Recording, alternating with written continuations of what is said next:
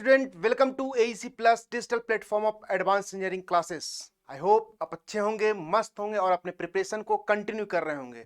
आपकी प्रिपरेशन को और बूस्ट करने के लिए, इफेक्टिव बनाने के लिए एईसी प्लस लेकर आया है आगाज सीरीज। इसमें हम लोग देखने वाले हैं टीसीएस ऑल ओवर इंडिया जितने भी एग्जाम कंडक्ट करवा चुकी है, हम लोगों ने सब्जेक्ट वाइज एनालिसिस करके एक सीरीज बना दिया है जिसका नाम है आगाज। यानी कि टीसीएस फोबिया, जो टीसीएस का डर आपके मन में बैठा हुआ है, दूर करने के लिए हम लोगों ने सारी मेहनत कर ली है। अब आपकी बारी है, आपका काम है कंटिन्यूटी बना के साथ में प्रैक्टिस करना और जो भी इंपॉर्टेंट पॉइंट लगे उसको नोट डाउन करते रहना। इससे आपको 2024 में कोई भी एग्जाम अगर आप टारगेट कर रहे हैं, चाहे एसएससी जेई हो, आरआरबी जेई हो या कोई भी स्टेट एजेई हो, आपको इस सीरीज से बहुत हेल्प होने वाला है। मैं यहां पे एक नए सब्जेक्ट स्टार्ट करना जा रहा हूं, एयरपोर्ट इंजीनियरिंग का देखने वाले हैं, जो टीसीएस ने क्वेश्चन पूछा है। इंपॉर्टेंट यहां पे देख लेंगे, जितना मैं करा दूंगा आप अगर इतना भी कर लोगे तो आपका एयरपोर्ट का एक भी क्वेश्चन नहीं छूटेगा। ओके, चलिए आज का सेशन स्टार्ट करते हैं एयरपोर्ट इंजीनियरिंग का। क्वेश्चन नंबर फर्स्ट बोल रहा है आपका, क्वेश्चन नंबर फर्स्ट जो आपका बोल रहा है, according to ISAO the total correction for elevation and temperature should not exceed blanks of the basic runway length in calculating the actual runway length। ये बोल रहा है सर, आप जो टोटल करेक्शन करोगे किसका, एक एलिवेशन का और टेम्परेचर का, कितना परसेंट एक्सीड नहीं होना चाहिए जब एक्चुअल रनवे लेंथ आप कैलकुलेट कर रहे हो। तो सबसे पहले एक नया चीज यहां पे आया कि ICAO क्या है सर, ये क्या होता है सर, ये होता है इंटरनेशनल सिविल एविएशन ऑर्गेनाइजेशन। कई बार इसका एग्जाम में फुल फॉर्म पूछ चुका है, तो आपको इसको जो फुल फॉर्म है उसको आपको ध्यान रखना। ओके, ऐसे ही एक होता है सर FAA। क्या होता है सर, एक FAA होता है, इसका क्या होता है सर,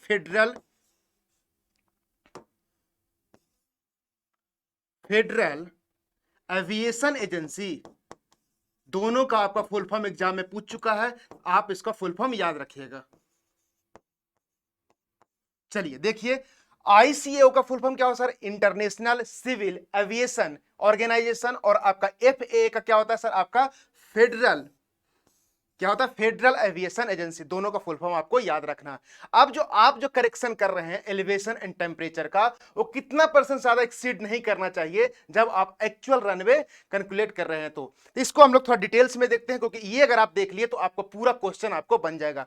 सबसे पहले देखते हैं sir, correction of basic runway length जो करते हैं, 3 करेक्शन हम लोग लगाते हैं। क्या क्या लगाते हैं सर, पहले लगाते हैं सर करेक्शन फॉर एलिवेशन, दूसरा लगाते हैं करेक्शन फॉर टेम्परेचर एंड तीसरा लगाते हैं सर करेक्शन फॉर ग्रेडियंट। ये 3 करने के बाद हम लोग एक्चुअल लेंथ निकालते हैं कि रनवे का लेंथ क्या होना चाहिए। तो सबसे पहले देखते हैं सर करेक्शन फॉर एलिवेशन। जो एलिवेशन है उसमें जो करेक्शन लगाते हैं, क्या ICAO recommends the basic runway length should be increased by, important point है, increased by कितना sir, at a rate of 7% पर 300 मीटर राइज इन एलिवेशन। यानी कि इसको इंक्रीज कर देंगे कितना, 7% पर 300 मीटर राइज इन एलिवेशन। तो सबसे पहला करेक्शन आपको किसमें करना पड़ेगा, आपको करना पड़ेगा एलिवेशन में। जैसे कि आपको जो करेक्शन ऑफ एलिवेशन जो निकालोगे कैसे, 7% पर 300 राइज इन एलिवेशन के लिए देखो 7% को किससे 7/100 कर दिए, इनटू जो रनवे लेंथ आपका दिया रहेगा, इनटू एयरपोर्ट का जो एलिवेशन दिया रहेगा, अपॉन 300 कर देंगे तो आपका करेक्शन हो जाएगा किसका, एलिवेशन का करेक्शन हो जाएगा, याद रखिएगा। दूसरा हम लोग करेंगे सर, हम लोग टेम्परेचर का करेक्शन करेंगे। तो आप सबसे पहले जब टेम्परेचर का करेक्शन निकालोगे तो सबसे पहले आप निकालोगे एयरपोर्ट रेफरेंस टेम्परेचर। क्या, एयरपोर्ट रेफरेंस टेम्परेचर। ये आपसे यही एग्जाम में पूछता है कि आप सर आप बता दीजिए, आपका टेम्परेचर दिया हुआ रहेगा और आपसे पूछ देगा कि आप निकाल के बताइए एयरपोर्ट रेफरेंस टेम्परेचर बता दीजिए। तो आपका फॉर्मूला क्या बनेगा sir, T equal to TA plus TM minus TA upon 3। फिर से बोलिए, TA plus TM minus TA by 3। TM क्या है यहां पे, monthly mean maximum daily temperature of the hottest month, और टीए क्या है sir, monthly mean of average daily temperature of hottest month. तो टीए टीएम आप समझ गए होंगे, इसको आप डिवाइड करके टीए से ऐड कर दीजिए तो आपको क्या निकलेगा, टोटल टेम्परेचर निकल जाएगा, जिसको हम लोग बोलते हैं एयरपोर्ट रेफरेंस टाइम। आपसे ये क्वेश्चन पूछता है तो ये आपको ध्यान रखना है। उसके बाद आप क्या है कि राइज इन टेम्परेचर कितना होगा, जो आपका एयरपोर्ट रेफरेंस टाइम है उसमें से स्टैंडर्ड एयरपोर्ट जो आपका टेम्परेचर है वो माइनस कर दीजिएगा तो आपको निकल जाएगा। यहां पे बोला ART is atmospheric reference temperature बोल दीजिए, या आप बोल सकते हैं एयरपोर्ट रेफरेंस टेम्परेचर, एक ही चीज होता है। फिर ACT क्या होता है, स्टैंडर्ड एटमॉस्फेरिक टेम्परेचर होता है, दोनों को माइनस कर दीजिएगा तो आपको निकल जाएगा, क्या निकल जाएगा आपका निकल जाएगा कितना राइज इन टेम्परेचर हुआ एयरपोर्ट पे, ये निकल जाएगा। उसके बाद जो हम लोग क्या करते हैं, as per ISO, the basic runway length after correction of elevation should be further increased at a rate of 1% for 1% for every 1% Celsius rise. मतलब कि अब हम लोग क्या कर रहे हैं, टेम्परेचर का करेक्शन लगा रहे हैं बेसिक रनवे लेंथ में, तो क्या करेंगे, the increased at a rate of 1% for every 1% 1 degree Celsius rise. मतलब कि आप 1 डिग्री सेल्सियस राइज के लिए 1% आपको उसमें क्या करेक्शन करना पड़ेगा। जैसे जो आपका करेक्शन ऑफ टेम्परेचर निकालोगे, कैसे निकालोगे, जो आपने करेक्टेड लेंथ निकाला इंटू 1% को आपने परसेंट में कन्वर्ट कर दिया, 1/100 से मल्टीप्लाई कर दिया, सॉरी डिवाइड कर दिया, इंटू राइज इन टेम्परेचर आप कर दोगे तो आपका निकल जाएगा करेक्शन फॉर टेम्परेचर निकल जाएगा। आई होप आपको क्लियर हुआ होगा। चलिए आगे देखते हैं। अब जो नोट पॉइंट बोल रहा है, as per ICAO the cumulative connection, the cumulative correction क्या है, करेक्शन, जो cumulative correction for elevation and temperature together should not be more than कितना, should not be more than 35%। यही आपसे क्वेश्चन पूछा है कि आप जो करेक्शन करोगे टेम्परेचर के लिए और एलिवेशन के लिए वो 35% से ज्यादा आपका निकल के नहीं आना चाहिए। इंपॉर्टेंट पॉइंट है, आपको इसको ध्यान रखना है। कैसे निकालोगे क्यूमुलेटिव करेक्शन, सर जो आपने I2 निकाला, I2 किसका निकाला, टेम्परेचर जो करेक्शन करके निकाले, और I1 निकाले, और अपॉन एक्चुअल लेंथ से जब डिवाइड करोगे तो निकल के आएगा सर, जो भी आपका वैल्यू आएगा वो 35% से ज्यादा निकल के नहीं आना चाहिए। इंपॉर्टेंट पॉइंट नोट करना है। अगर आपका एक्सीड कर गया तो मॉडिफिकेशन करना पड़ेगा, 1.35 इंटू लेंथ, आपका जो रनवे लेंथ है उससे मल्टीप्लाई करना पड़ेगा, ये ध्यान रखना है, इंपॉर्टेंट पॉइंट है। उसके बाद आपका तीसरा करेक्शन क्या है सर, ग्रेडियंट करेक्शन है, ये भी करते हैं।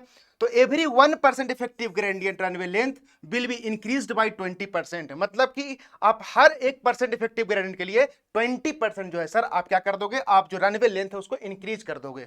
कैसे निकालेंगे सर, आपने इसको I3 बोला, जो I3 L3 बोल दीजिए, लेंथ निकाल रहे हैं तो L3 बोल दीजिए, L3 equal to L2 plus 20 into effective gradient upon 100 into L2 कर देंगे तो आपका निकल जाएगा क्या, आपका फाइनल लेंथ निकल जाएगा, किसके कारण, ग्रेडियंट करेक्शन के कारण। और अगर आपसे पूछ देगी सर इफेक्टिव ग्रेडियंट बता दीजिए, इफेक्टिव ग्रेडियंट कैसे निकालेंगे सर, आप RL of highest point minus RL of lowest point upon runway length, इससे आप निकाल दीजिए इफेक्टिव ग्रेडियंट। तो 3 ग्रेडियंट आपको ध्यान रखना है, ओके।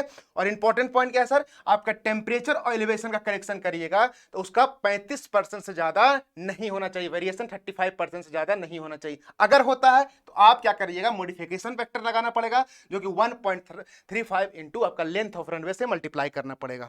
तो क्वेश्चन में आपका क्या पूछा था, according to ISO the total correction for elevation and temperature should not exceed 35% of the basic runway length in calculating actual runway length. यानी आपका ऑप्शन ए करेक्ट हो गया। एक क्वेश्चन किए लेकिन आपको इससे मल्टीपल क्वेश्चन आपको इससे सोल्व हो जाएगा। तो इसका सीरीज का यही फायदा है, एक क्वेश्चन के साथ साथ आप मल्टीपल कंसेप्ट सीख सकते हैं, ओके। आई होप आपको क्लियर हुआ होगा। अगले क्वेश्चन में मूव करते हैं, question number 2। The transverse component of wind at 90 degree angle with direction of aircraft movement is known as. अब ध्यान से इसको समझिए,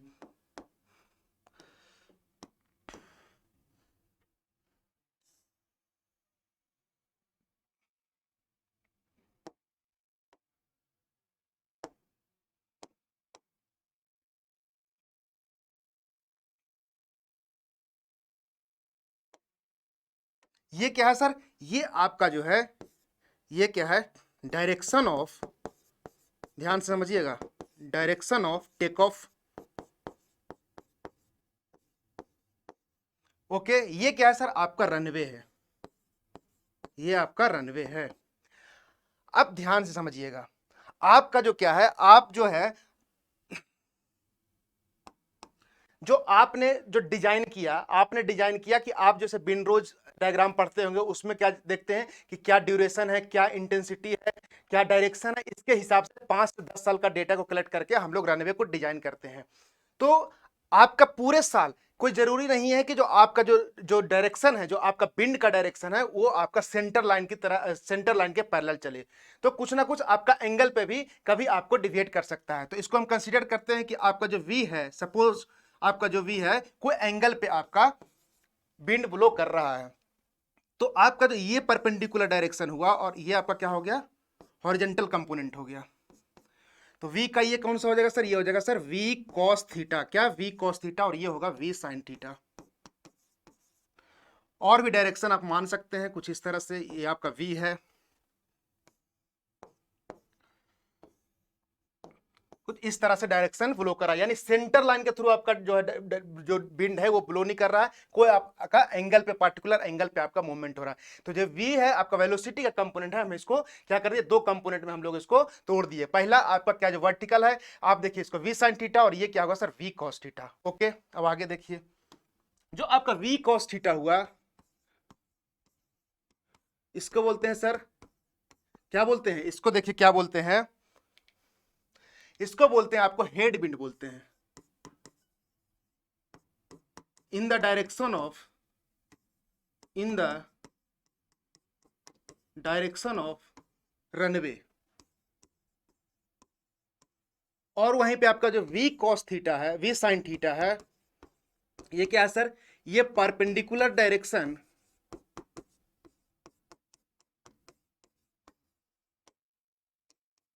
to the centre of runway. तो जो आपका जो परपेंडिकुलर डायरेक्शन है, ये क्या करेगा, आपको ये इंटरप्ट करेगा, interrupt in landing and take off, या अवरोध पैदा करेगा जब आपका लैंडिंग और टेक ऑफ होगा एयरक्राफ्ट का, landing and take off aircraft. यानी कि जो आपका जो सेंट्रल लाइन के डायरेक्शन में v आपका जो cos थीटा है, उसको हम लोग बोलते हैं सर हेड विंड बोलते हैं। ये किसी तरह का आपको अवरोध पैदा नहीं करेगा, इंटरप्ट पैदा नहीं करेगा, लेकिन जो आपका इसका आपका जो परपेंडिकुलर कंपोनेंट है v sin थीटा, ये क्या करेगा सर, ये आपका जो सेंटर लाइन है उसके परपेंडिकुलर डायरेक्शन में ब्लो करेगा, ये आपको इंटरप्ट कर सकता है कितना, लैंडिंग और टेक ऑफ एयरक्राफ्ट में। तो आपको ध्यान रखना। तो इस कंपोनेंट को क्या बोलते हैं सर, इसको बोलते हैं हम लोग, क्या बोलते हैं, क्रॉस विंड कंपोनेंट। इसको बोलते हैं सर क्रॉस विंड बोलते हैं। ओके, अब इसको ध्यान से रखिएगा। अब डिफरेंट टाइप्स ऑफ, जो आपका डिफरेंट टाइप्स ऑफ एयरक्राफ्ट है, और आपका जो क्रॉस विंड है कंपोनेंट है, जो कितना परमिसिबल होना चाहिए, ये भी आपको पता होना चाहिए।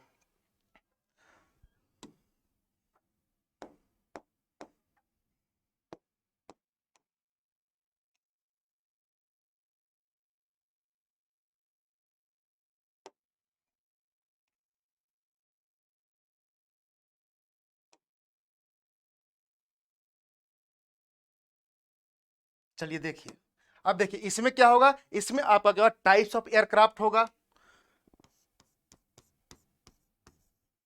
Types of aircraft. ओके, और इसमें आपका जाएगा सर क्या, परमिसिबल, परमिसिबल क्रॉस विंड, जिसको क्या डिनोट कर रहे हैं, वी साइन थीटा, किससे, वी साइन थीटा से। तो ये आपको इसका लिमिट बांध दिया कि इससे ज्यादा आपका नहीं होना चाहिए। ओके, अगर आपका स्मॉल एयरक्राफ्ट है,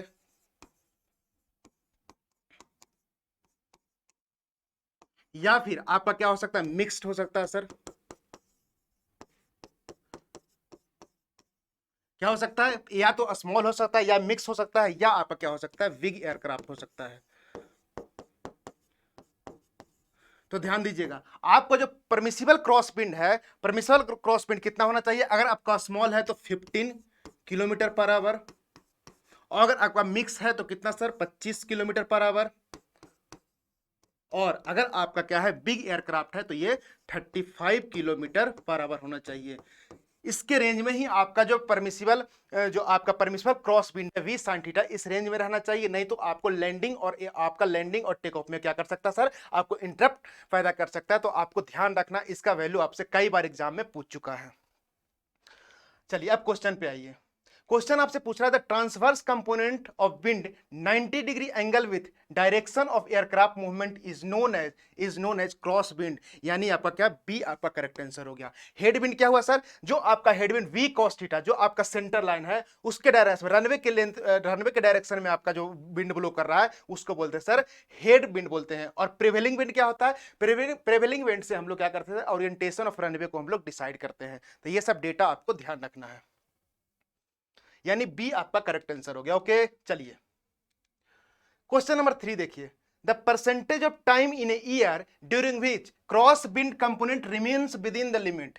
जो आपका क्या है सर, जो percentage of time in a year during which cross wind component जो है वो क्या विद इन लिमिट होना चाहिए, उसको क्या बोलते हैं। तो इसको हम लोग क्या बोलते हैं, इसको समझिए, इसको हम लोग बोलते हैं विंड कवरेज। अब इसको बारे में आपसे क्या पूछता है आगे, ये देखिए विंड कवरेज क्या बोलता है कि it is the percentage of time in a year during which the cross wind component remains with in the limit. ये क्या बताता है सर, विंड कवरेज बताता है जो परसेंटेज जो है आपका वो आपका जो है percentage during which the cross wind component जो है वो अपने लिमिट में रहना चाहिए, वो आपको क्या बताता है, उसको हम लोग बोलते हैं सर विंड कवरेज बोलते हैं। और अकॉर्डिंग टू ISAO क्या बोलता है sir, and FAA recommends minimum wind coverage of 90%। कितना होना चाहिए सर, आपका 90% होना चाहिए। उसी तरह से दूसरा एक टर्म पूछता है सर काल्म पीरियड क्या होता है, क्या काल्म पीरियड क्या होता है, it is the period in which wind intensity remains below 6.4 kilometre per hour. इसमें क्या आपका विंड का जो इंटेंसिटी है वो कितना होना चाहिए, 6.4 किलोमीटर पर आवर से कम होना चाहिए, इसको काल्म पीरियड बोलते हैं। कैसे निकालेंगे आप काल्म पीरियड, निकालोगे 100 minus wind coverage, wind coverage आपका दिया रहेगा, आप 100 से माइनस कर दिए तो आपका काल्म पीरियड होगा। तो आपको ये भी ध्यान रखना है, एक्स्ट्रा इन्फॉर्मेशन है। तो अब क्या इसका आंसर हो जाएगा सर, इसका विंड कवरेज आंसर हो जाएगा। A is the correct answer of this question. Okay चलिए क्वेश्चन नंबर 4 बोल रहा है for an airport match the items of list 1। Runway component आपको दिया हुआ लिस्ट 1 में और आपका with those in list 2 design criteria. जो आपका पहला में जो दिया लिस्ट 1 में दिया हुआ आपका क्या दिया, रनवे कंपोनेंट दिया हुआ है और आपका लिस्ट 2 में दिया हुआ है कि आपका डिजाइन क्राइटेरिया दिया हुआ है। तो आपको बताना है कि इसमें से कौन आपका करेक्ट मैच कर रहा है। तो ध्यान समझिएगा, जो बेसिक रनवे लेंथ है इसमें डिजाइन क्राइटेरिया किसके लिए करते हैं सर, आपका जो आपका बेसिक रनवे लेंथ है उसके लिए किसके लिए करते हैं, आपको करते हैं इंजन फेल्यूर क्लास के लिए, यानी कि 1 के बी। और आपका एयरपोर्ट ड्रेनेज किसके लिए करेंगे, क्राइटेरिया किसके लिए करेंगे सर, आपका ग्रेडिंग ऑफ एयरपोर्ट साइड से आप इजिली क्या कर सकते हैं, आप एयरपोर्ट ड्रेनेज को आप डिजाइन कर सकते हैं। यानी कि बी का क्या हो गया आपका, दूसरा का क्या हो गया, दूसरा का आपका हो गया डी, यानी बी डी। देखिए बी डी ये खत्म हो गया आपका, ये गलत हो गया, ये भी गलत हो गया, ये भी गलत हो गया, बचा क्या ऑप्शन डी। लेकिन आगे हम लोग देखते हैं रनवे ज्योमेट्रिक डिजाइन। जो रनवे ज्योमेट्रिक डिजाइन है ये किसके लिए है सर, आपका width and length of safety area of airport. यानी कि जो आप रनवे ज्योमेट्रिक डिजाइन कर रहे हैं, क्या उसमें कर रहे हैं आप, क्या डिजाइन क्राइटेरिया कर रहे हैं सर, विड्थ क्या होना चाहिए, लेंथ क्या होना चाहिए, यानी कि आपका तीसरा जो है उसका होगा सी। बचा क्या फोर्थ का आपका क्या बचा ए, यानी कि BDCA यानी कि ऑप्शन डी आपका करेक्ट आंसर हो गया। यानी 2 से 3 आप भी टर्म जानते हैं, अगर इसमें से आपको पता है तो इजीली आप इसको आंसर कर सकते हैं। D is the correct answer of this question. चलिए क्वेश्चन नंबर 5 देखिए, paved surface used for landing and take off aircraft is known as. ये जो बोला जो पेव्ड सरफेस आपका है किसके लिए, लैंडिंग और टेक ऑफ के लिए, एयरक्राफ्ट के लिए, उसको क्या बोलते हैं, उसको हम लोग सर बोलते हैं, उसको बोलते हैं सर रनवे बोलते हैं। क्या उसको रनवे बोलते हैं, देखिए इसको एग्जांपल से बहुत अच्छे से समझ सकते हैं। ये फिगर आपको विजिबल होगा, ये आपका रनवे है, ये पेव्ड सरफेस होता है, माने पक्की होता है, पक्की जिसको बोलते हैं ना, पेव्ड मींस होता है पक्का।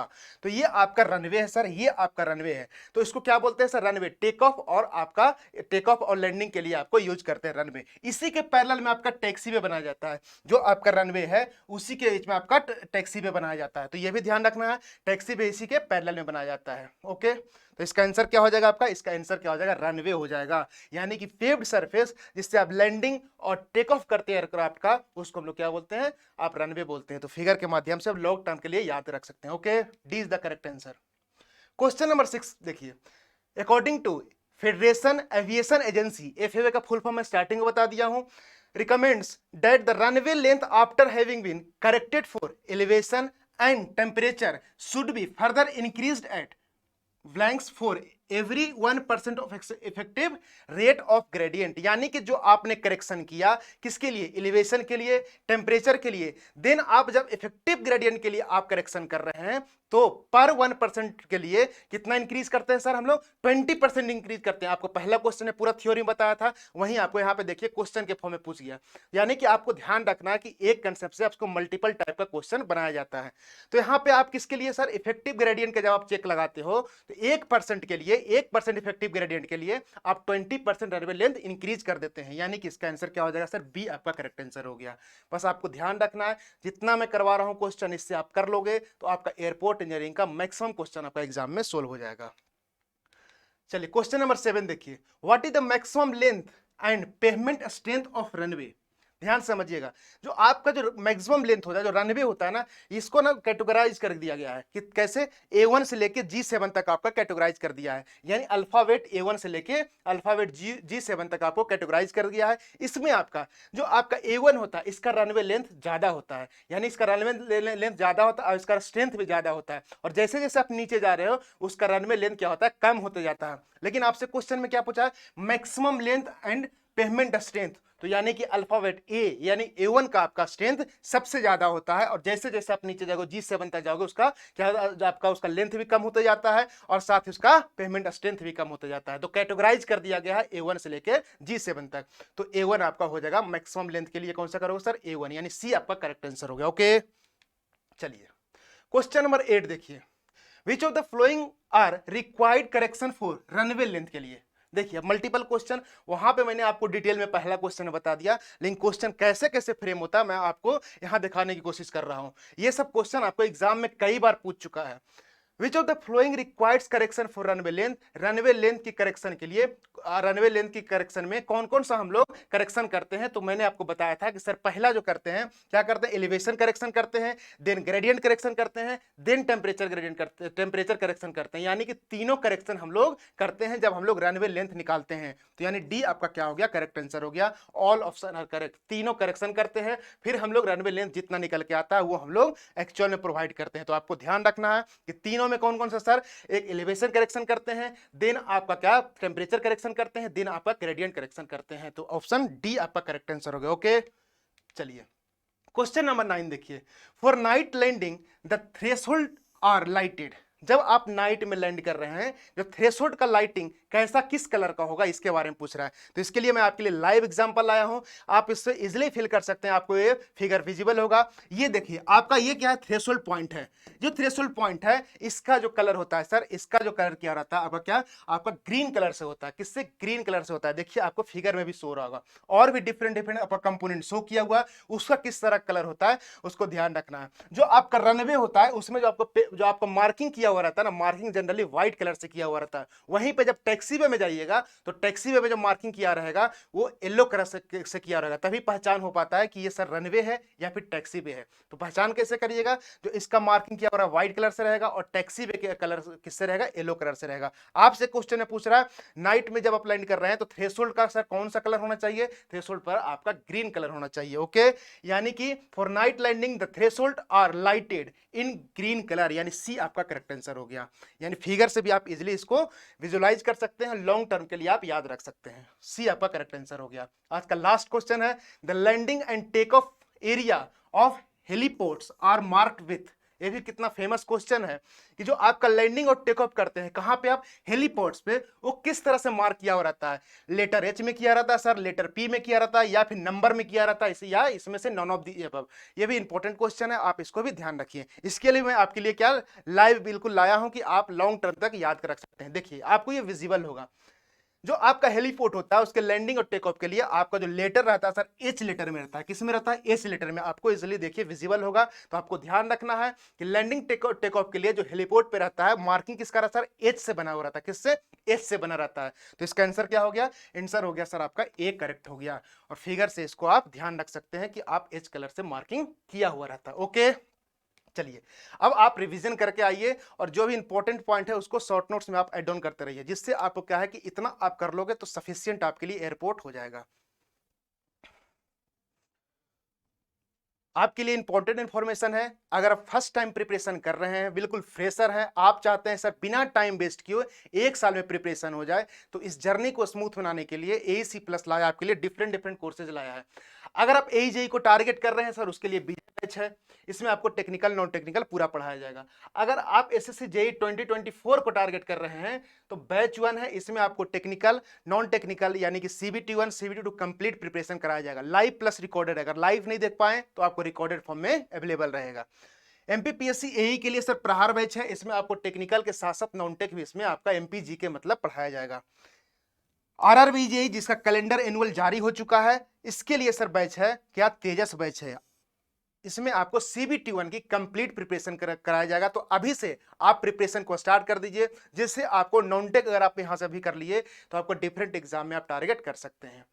अगर आप चाहते हैं कि सर आप सिविल इंजीनियर्स हैं या भी कोई भी इंजीनियर्स हैं, तो आपका इंजीनियर्स कम्युनिटी का नॉन टेक वीक होता है और देख रहे हैं कि डे बाय डे जो नॉन टेक का लेवल है इंक्रीज हो रहा है, यानी कि अभी से आपको मेहनत करने की जरूरत है, अभी से इंप्रूवमेंट करने की जरूरत है। तो हम लोगों ने सेपरेट बैच नॉन टेक का बना दिया है, उसका नाम है सर नॉन टेक महापैक। इसमें आप पूरे नॉन टेक का प्रिपरेशन यहां से करके स्ट्रॉन्ग कर सकते हैं और फिर टेस्ट दीजिए और नंबर इंक्रीज करिए। एक कोर्स है टारगेटेड बैच है एसएससी जेई 2024 के लिए, इसमें आपको मिलेगा रिकॉर्डेड फॉर्म में मिलेगा डिजिटल बोर्ड पे, तो आप इसको भी देख सकते हैं। उसके बाद कुछ बच्चे ऐसे हैं जो चाहते हैं कि सब्जेक्ट को रिकॉल करना चाहते हैं, रिवाइज करना चाहते हैं, एग्जाम में 3 महीना बचा है सर कैसे करें, क्योंकि एग्जाम से पहले आपको रिवीजन इंपॉर्टेंट रोल प्ले करता है। तो एईसी प्लस आपके लिए लाया है सर फास्ट ट्रैक बैच लाया है, जिसका क्रैश कोर्स है, जो आपको टेक्निकल नॉन टेक्निकल सारा कुछ पढ़ाया जाएगा क्रिप्स माइनर में। आपको नोट्स बनाने की जरूरत नहीं, आप यहां से फटाफट रिवाइज करिए, देन आप प्रैक्टिस करिए और टेस्ट दीजिए। यहां तक पढ़ाई की बात हो गई। अब जो है सर मैंने थ्योरी अच्छे से कंप्लीट कर लिया, अब मैं जब एग्जाम में जाता हूं तो एग्जाम में जब जाता हूं टीसीएस का क्वेश्चन देख के हवा निकल जाता है, क्योंकि टीसीएस क्वेश्चन रिपीट नहीं कर रहा है, कोडल प्रोविजन ज्यादा दे रहा है। तो ये जो आपका टीसीएस फोबिया है, जो टीसीएस का डर है, इसको दूर करने के लिए हम लोगों ने सारी मेहनत कर ली है और एक सीरीज बना दिया है। अगर आप जेई का तैयारी कर रहे हैं तो उसके लिए सर अभ्यास जेई बैच है, इसमें हम लोग लगभग 5,000 से ज्यादा क्वेश्चन देखने वाले हैं, जितना टीसीएस आज तक करवाया वो भी देखेंगे, साथ में स्टेट जेई का भी क्वेश्चन हम लोग ने यहाँ पे क्लब कर दिए हैं। यहाँ पे आपको टेक्निकल प्लस नॉन टेक्निकल मिल जाएगा, यानी कि आपने पढ़ाई अच्छे से कर लिया, देन अगर आप क्वेश्चन प्रैक्टिस भी कर लिए तो आपको एग्जाम में यहां से बाहर नहीं जाएगा। क्योंकि जब हम लोग क्वेश्चन प्रैक्टिस करवा रहे हैं तो सिर्फ आंसर टिक नहीं करवा रहे हैं, सारे जो ऑप्शन है और आने वाले एग्जाम में क्या पूछा जा सकता है उसको भी हम लोग डिटेल में आपको यहां बता रहे हैं। तो इस सीरीज से आपको बहुत हेल्प होने वाला है। अगर आप चाहते हैं सर कि अभ्यास क्या, अगर आप चाहते हैं एईजेई दोनों टारगेट करें तो एईजेई दोनों टारगेट के लिए सर बैच है अभ्यास एईजेई बैच है। इसमें हम लोग लगभग कितना क्वेश्चन करने वाले हैं, 8,000 से ज्यादा क्वेश्चन करने वाले हैं। यानी कि इसमें एड ऑन क्या हुआ सर, आपका पीएसयू का क्वेश्चन ऐड हो गया, साथ में स्टेट ए का जितने भी एग्जाम हुआ है तो यहां पे आपको ऐड कर दिया गया है। यानी कि आपका क्वेश्चन के लिए इधर से उधर भटकने की जरूरत नहीं है, एक जगह पढ़ाई करिए और क्वेश्चन प्रैक्टिस करिए और अपना एक 2024 में फिक्स करिए। अगर स्टूडेंट ऐसे भी होते हैं जिनका पर्टिकुलर सब्जेक्ट वीक है, तो जो भी आपका ब्रांच है तो उस सब्जेक्ट को आप स्ट्रॉन्ग कर सकते हैं। सर ये सब मिलेगा कहां, आपको गूगल प्ले स्टोर पे जाना है, एईसी प्लस एप्लीकेशन आपको डाउनलोड करना है, मोबाइल वेरिफिकेशन करिए, देन आपको सारे कोर्सेज आपको शो होने लगेगा। अब आपको एनालिसिस करने की जरूरत है कि आप किस कैटेगरी में फॉल करते हैं। आप जिस भी कैटेगरी में फॉल करते हैं आप उसको पहले एनालाइज करिए, बहुत सारा डेमो लेक्चर डला हुआ है, अगर आप सेटिस्फाई हुए देन आप इनरोल कर सकते हैं। सर ये सब पीडीएफ पढ़ा रहे कहां मिलेगा आपको, टेलीग्राम पे एईसी प्लस एप्लीकेशन का एईसी प्लस का आप टेलीग्राम पे ऐड हो जाइए, यहां पे आपको सर पीडीएफ मिल जाएगा, साथ ही आपका इंपॉर्टेंट इंफॉर्मेशन एग्जाम से रिलेटेड आपको यही मिलेगा। आई होप आपको आज का सेशन अच्छा लगा होगा। अगर आप चैनल पे नए हैं तो चैनल को लाइक करें, दोस्तों के बीच में शेयर करें, चैनल को सब्सक्राइब कर ले और नोटिफिकेशन बेल को जरूर प्रेस कर ले, जिससे आपको टाइम टू टाइम आपको नोटिफिकेशन मिलते रहे। ऐसे ही हम लोग मिलेंगे नेक्स्ट सेशन में। Thank you everyone, bye bye, take care.